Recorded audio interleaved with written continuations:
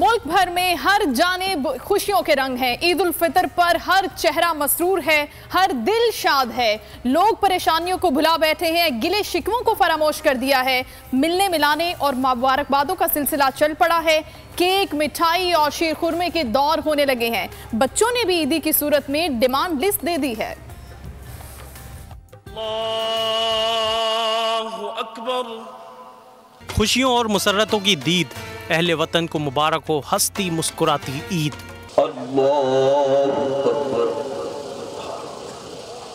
सलामती का पैगाम लाई, मसाइल से लड़ते आवाम के चेहरे खिल उठे, गिले शिकवे मिट गए, लोग बगलगीर हो गए। खुशी की घड़ियों में बिछड़ने वालों की याद ज्यादा तड़पाती है। नमाज ईद के बाद लोग प्यारों की कब्रों पर जा पहुंचे, फूल चढ़ाए गए। ईद साले सवाब का भी एहतमाम था। मीठी ईद मीठे के बगैर तो अधूरी है। सिवैयों और शीर खुरमे की महक हर जानिब फैल गई। केक और मिठाई की दुकानों पर भी रिवायती रश नजर आया। मिलने मिलाने के दौर चलने लगे, लोग प्यारों से मिलने जा पहुंचे। बच्चों ने भी ईदी की सूरत में डिमांड लिस्ट जारी कर दी। जिसे ईदी मिली उसे उड़ाने की फिक्र थी, जिसे नहीं मिले उसे कमाने की टेंशन हुई। मुल्क में ईद उल फितर के मौके पर छोटे बड़े शहरों में नमाज ईद के रूह परवर इज्तिमात हुए। उम्मत मुस्लिमा और मुल्क की सलामती, तरक्की और खुशहाली के लिए दुआएं मांगी गईं। सदर मुमलिकत ने इस्लामाबाद, वजीर आजम शहबाज शरीफ ने लाहौर में नमाज ईद अदा की। इमरान खान ने जमान पार्क, बिलावल भुट्टो जरदारी गढ़ी खुदा बख्श में सरबसजूद हुए। अल्लाहु अकबर। मुल्क भर में ईद उल फितर मजहबी अकीदत व एहतराम से मनाई जा रही है। छोटे बड़े शहरों में नमाज ईद के हजारों इज्तिमात हुए, जिनमें उम्मत मुस्लिमा और मुल्क की सलामती, तरक्की और खुशहाली के लिए दुआएं मांगी गईं। अल्लाह हमारे इस मुल्क की हिफाजत फरमा।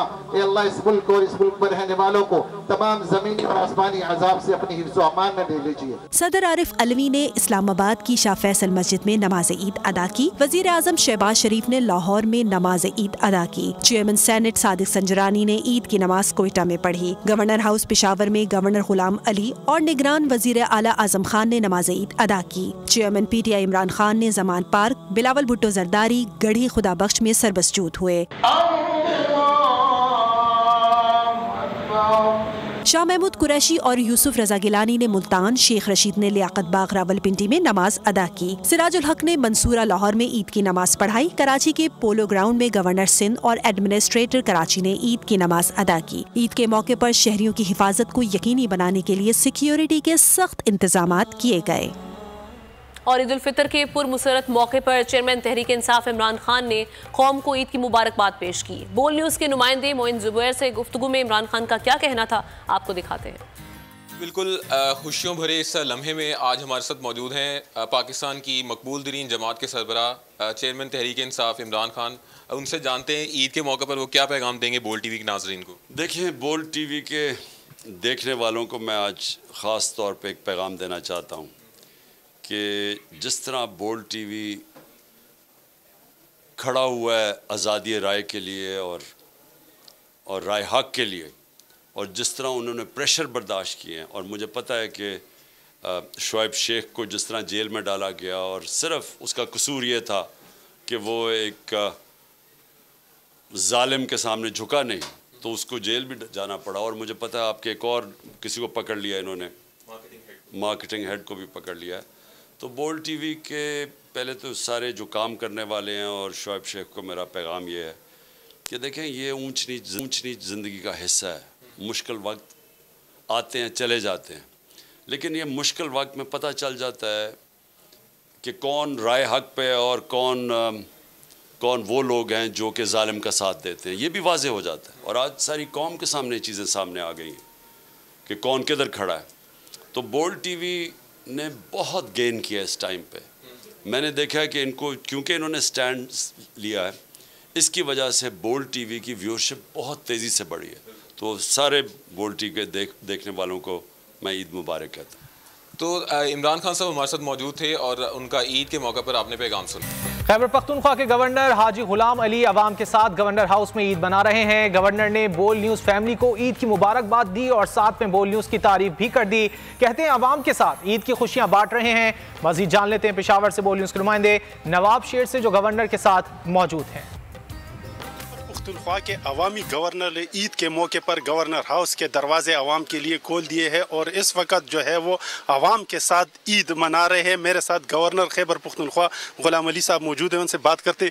जी, ईद के मौके पर दरवाजे खोल दिए, क्या कहेंगे, क्या पैगाम देंगे? बिस्मिल्लाहिर्रहमानिर्रहीम। सबसे पहले तो मैं आपको बोल चैनल में जितने भी हमारे भाई वर्क कर रहे हैं, एंकर्स हैं, जितने भी इंतज़ामिया है, तो सबको अपनी जानब से ईद मुबारकबाद पेश करता हूँ। फिर आपके चैनल की वसातत से पूरे सूबे के अवाम और ख़ास कर पूरे पाकिस्तान और पूरी दुनिया में हमारे पाकिस्तानी भाई जो कि मुसाफिर हैं और यहाँ पे वर्क कर रहे हैं, उनको मुबारकबाद पेश करता हूँ। और आज ये नहीं, जब से मैंने चार्ज संभाला मैंने यहाँ पे आवाम के लिए बिल्कुल दरवाजे खोले हैं। और आज ये चूँकि हमें अपना दीन भी ये दर्स देता है कि ईद की खुशियाँ सब में बांटो, तो 2 दिन हमने पूरे सूबे के आवाम के लिए गवर्नर खोला और पीर के दिन सुबह 10 बजे से लेकर 4 बजे तक तमाम बच्चों के लिए यहाँ पे बच्चों के लिए गवर्नर हाउस को भी खोल और यहाँ झूले वगैरह भी लगाए। मुख्तलिफ मकादब फ़िक्र से ताल्लुक़ रखने वाले अफराद जो है वो गवर्नर हाउस आ रहे हैं और यहाँ पर जो है वो गवर्नर के साथ ईद है। जी, और ईद हर शख्स अपने प्यारों के साथ मनाना चाहता है, लेकिन जब बात वतन अजीज़ के दिफा की हो तो इस ख्वाहिश को कुर्बान करना पड़ जाता है। पाक अफगान सरहद तोरखम की चेक पोस्ट बिग बैन पर जवान किस तरह ईद मना रहे हैं, ये जानते हैं बोल न्यूज़ के नुमाइंदे मोहम्मद नुमान उस वक्त मौजूद हैं लेफ्टिनेंट कर्नल हसन बशीर के साथ। कहिएगा नुमान, क्या कहना है इनका? हम पाक अफगान सरहद तोरखम पर मौजूद हैं और मेरे अकब में जो आपको इलाका दिखाई दे रहा है कैमरामैन मोहम्मद हुसैन, कि ये अफ़गानिस्तान है और ये पाकिस्तान में ये बिग बैन चेक पोस्ट है जो पाक अफगान सरहद पर कायम है। और ये बेसिकली ये लंडीकोतल का इलाका है। FC नार्क के जवान हैं, वो आज ईद के दिन भी अपनी जिम्मेदारियां निभा रहे हैं। हमारे साथ FC नार्क के लेफ्टिनेंट कर्नल हसन बशीर साहब मौजूद हैं। बिस्मिल्लाहिर्रहमानिर्रहीम। सबसे पहले तो मैं आपको और तमाम कौम को ईद की इस पर मुसर्रत मौके के ऊपर ईद मुबारक कहता हूँ। आपने बिल्कुल ठीक बात की कि ईद के मौके पे घर वालों की याद आती है, लेकिन जिस ज़िम्मेदारी को हम निभा रहे हैं उसकी वजह से वो याद जो सी है वो थोड़ी सी कम हो जाती है और ये ज़िम्मेदारी जो सी है उसको ओवरशैडो कर लेती है। और मैं ये समझता हूँ ये जवान जो हमारे हैं, जिनके साथ हमने लड़ना है, जिन्होंने हमें रिकवर करना है ज़माने जंग के अंदर या हमारा साथ देना है, इनके साथ ईद गुजारने में भी उतनी ही खुशी महसूस करते हैं जितना कि हम अपने घर वालों के साथ। बहुत सारे जवानों से हमने बात की, उनका ये कहना था कि एक ईद क्या जितनी भी ईदें हों वो इस वतन अजीज़ के लिए वो कुर्बान करने के लिए तैयार हैं और इस वतन की बहुत शुक्रिया मोहम्मद नुमान। हैदराबाद में मीठी ईद पर मीठी मीठी रबड़ी खरीदने के लिए शहरियों की कतारें लग गई हैं। क्या खासियत है इस रबड़ी में, जानेंगे ब्यूरो हेड हैदराबाद इरफान आराई से। इरफान बताइए, हैदराबाद की रबड़ी मशहूर है, क्या कहते हैं शहरी ईद के मौके पर मुंह मीठे कर रहे हैं? ईद और मीठी ईद पर हैदराबाद की सौगात है रबड़ी। रबड़ी लेने के लिए यहाँ अगर इमरान आपको दिखाएं तो शहरियों की एक बहुत बड़ी इस वक्त हाजी रबड़ी पर मौजूद है और यहाँ पर रबड़ी के इंतज़ार में हम बात करते हैं। आज आपके पास रश बहुत है और रबड़ी की शॉर्टेज लग रही है। अस्सलाम वालेकुम, मेरा नाम नवीद है और अभी असल में रबड़ी बन रही है। आज ईद की वजह से रबड़ी ज़्यादा चलती है, लोग अपने घरों में लेके जाते हैं, तो आज शॉर्ट हो गई है, बन रही है, आ रही है, बन रही है, आ रही है। अच्छा, महंगाई का कोई असर पड़ा है इस पर? महंगाई का असर तो सब पे पड़ा है। हाँ बिल्कुल, रेट भी बढ़ा है, दूध पे भी रेट बढ़ गए, वो तो बढ़ेगा ऑटोमेटिक। जी, रबड़ी लेने के लिए जो शहरी आए हैं हम उनसे बात करते हैं। आप बताएं कि रबड़ी ख़ास तौर पर मेहमानों के लिए लेने आए या घर वालों के लिए? मेहमानों के लिए और घर वालों के लिए। क्या ख़ास बात है? रबड़ी बहुत अच्छी लगती है। अच्छा, आप बताइएगा ईद के दिन? माशाल्लाह ईद के दिन VIP रबड़ी होती है, घर पे जब लेके जाते हैं तो माशाल्लाह खुश होते हैं। हाजी रबड़ी का एक नाम है। जी, आपने गुफ्तगू सुनी, शहरियों की ईद का दिन है और मीठी ईद है, तो दस्तरखान पर जहां खाने जो हैं वो लजीज रखे जाते हैं मेहमानों के लिए, घर वालों के लिए, वहीं पर रबड़ी भी रखी जाती है। बहुत शुक्रिया आपका। हुकूमत एक साथ इलेक्शन चाहती है तो आईनी रास्ता देखना होगा। गुफ्तो शुनीद होती है तो एक साथ इंतखाबात हो सकते हैं। मुज़ाकरात में पेशरफ्त न होती तो 14 मई को हर सूरत इलेक्शन होंगे। रहनुमा PTI शाह महमूद कुरैशी ने वाजे कर दिया, कहा कि बातचीत चाहते हैं मगर ये ताखीरी हरबा नहीं होना चाहिए। चीफ जस्टिस ने मौका दिया है, इससे फ़ायदा उठाना चाहिए। इंतशार की सूरत हाल पाकिस्तान के लिए नुकसानदेह होगी। कोशिश है पाकिस्तान को आईनी बहरान से निकाला जाए। उन्होंने कहा कि भारत में आज हिंदुत्व की सोच आ गई है। उम्मीद है दौरा भारत में कश्मीर पर पाकिस्तान का मौक़िफ़ उजागर करेंगे। उम्मीद है कि बिलावल हुर्रियत लीडरान से भी मिलेंगे।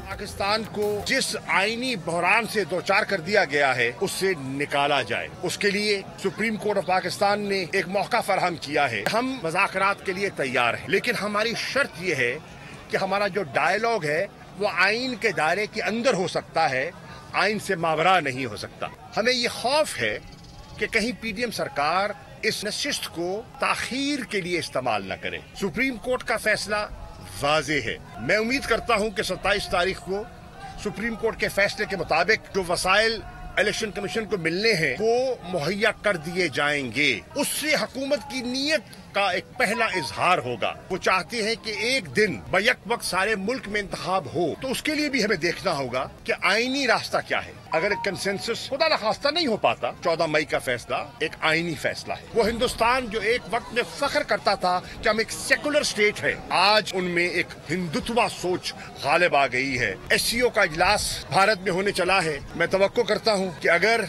बिलावल दरदारी वहाँ तशरीफ ले जा रहे हैं तो वो मकबूजा कश्मीर के मुसलमानों को नहीं भूलेंगे और वहाँ उन्हें जहाँ मौका मिले उनके जो हकूक पामाल हो रहे हैं उसके बारे में पाकिस्तान का जो तारीखी मौक़िफ़ है उस मौक़िफ़ को उजागर करेंगे और हुर्रियत लीडरशिप से मुलाकात करेंगे। 14 मई को इलेक्शन होते नजर नहीं आ रहे। इलेक्शन हुए भी तो कोई नताइज तस्लीम नहीं करेगा। इस किस्म का इलेक्शन न करवाएं जो अनारकी लेकर आए। वज़ीर दाखिला राना सनाउल्लाह की ईद पर भी पुरानी रविश बरकरार। इमरान खान पर एक बार फिर रवायती इल्ज़ामात की भरमार कर दी। कहा इमरान खान ने असम्बलियाँ गैर कानूनी तौर पर तोड़ी हैं। कड़वी बातों के साथ कुछ मीठा भी बोले। कहा मुज़ाकरात के लिए तैयार हैं। अक्टूबर से पहले इलेक्शन के लिए तमाम जमातों को बैठना होगा।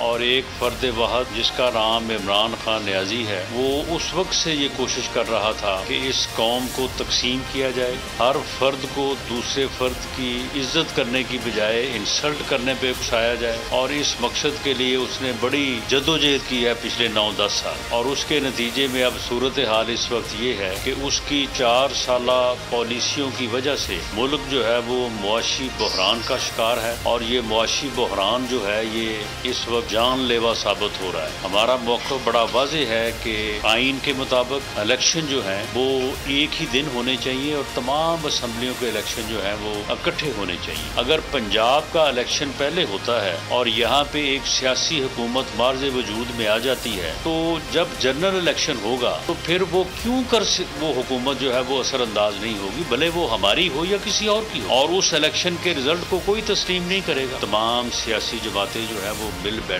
और मिल बैठ के इस मसले का जो इस वक्त मुल्क को दरपेश है, आइनी बहरान भी और सियासी बहरान भी और उसके साथ साथ मुआशी बहरान, ये बहरान जो है वो इतने गहरे हो चुके हैं कि इनका जो है वो हल किसी एक जमात के पास जो है वो मुमकिन नहीं है। ये सबको जो है वो मुल्क और कौम की बेहतरी के लिए सर जोड़ के बैठना हो। अफसोसनाक खबर शामिल करेंगे। कराची के चिड़ियाघर में बीमार हथनी दम तोड़ गई है। एडमिनिस्ट्रेटर कराची डॉक्टर सैफुर रहमान ने कहा है कि हथनी नूरजहां गुज़िश्ता रोज से बुखार में मुब्तला थी। हथनी को बचाने के लिए तमाम कोशिशें की गईं। नूरजहां का इलाज आलमी सतह के माहिरीन के ज़ेरे निगरानी किया गया।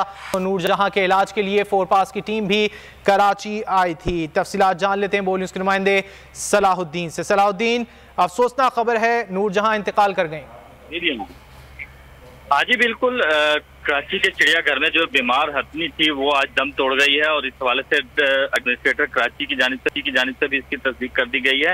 और एडमिनिस्ट्रेटर का ये भी कहना था कि गुज़िश्ता रोज से जो है नूरजहां जो हथनी थी वो बुखार में मुब्तला थी और हथनी नूरजहां को बचाने के लिए तमाम कोशिशें की गई, लेकिन जो कि बुरुए कार नहीं आ सकी। और हथनी नूरजहां के इलाज के लिए आलमी सतह की माहिरीन की जो ज़ेरे निगरानी जो है उसका इलाज जारी था और तकरीबन 1 हफ्ते से जो है वो बीमारी में मुब्तला थी और चिड़ियाघर के अंदर जो है हथनी का इलाज जारी था। तो लेकिन आज जो है वो दम तोड़ गई है और हथनी जो है इस वक्त दम तोड़ गई है। और इस वक्त जो है KMC की इंतजामिया ने जो है वो यहाँ पर मौजूद है चिड़ियाघर के अंदर। डायरेक्टर जू जो है वो भी यहाँ पर मौजूद है, वो भी पहुँच गए हैं और वो भी अब कुछ देर में जो है मीडिया से गुफ्तगू भी करेंगे। तो इस हवाले से बताया गया है कि हथनी जो है वो अब दुनिया में नहीं दम तोड़ गई है। कराची के चिड़ियाघर में बीमार हथनी दम तोड़ गई है। सलाउद्दीन, आपने अपडेट किया, आपका शुक्रिया। अगर आपको ये वीडियो पसंद आए तो लाइक पर क्लिक करें। हवाए नफ्स की है हुक्मरानी, लुटेरा कर रहा है पासबानी। बोल न्यूज के मार्केटिंग हेड आकाश राम ताहाल लापता, तफ्तीशी इदारे जवाब देने से कासिर। अहले खाना परेशान, बेटे की जुदाई में माँ गम से निढाल। जो बच्चों हिंदू पर आए थे जो को पाकिस्तानी, मुझे मेहरबानी करे पंहिंजो आकाश वापस कयो। हुकूमत से बेकसूर और मुहिब्बे वतन बेटे की बाजियाबी के लिए फरियाद। आकाश राम के अगवा के खिलाफ अहले खाना की जानिब से सुप्रीम कोर्ट में दरख्वास्त दायर। सुप्रीम कोर्ट के चीफ जस्टिस उमर अता बंदियाल से आकाश राम के अहले खाना की जल्द समाअत की इस्तदा। समी इब्राहिम और सिद्दीक जान की सुप्रीम कोर्ट के बाहर अहम प्रेस कॉन्फ्रेंस। हमारे पास और कोई ऑप्शन नहीं रहा। उनकी फैमिली भी ये बात कह रही है कि हमें यहाँ पे पार्लियामेंट और सुप्रीम कोर्ट के सामने एहतजाजी कैंप लगा के बैठना चाहिए। चीफ जस्टिस पाकिस्तान से इस्तदा कर रहे हैं कि इस पिटीशन को लगाएं और जवाब लें इन अगवाकारों से। मुश्किल की इस घड़ी में आलमी मीडिया ने भी उठाई आवाज। CNN, आज तक, इंडिया टुडे, टाइम्स नाउ समेत आलमी मीडिया ने आकाश राम के अगवा के खिलाफ दिया बोल का साथ। उफ क्या जुल्म है, बोल इंसाफ का मुंतजिर। सब्सक्राइब करें और बेल दबाएं ताकि कोई खबर रह न जाए।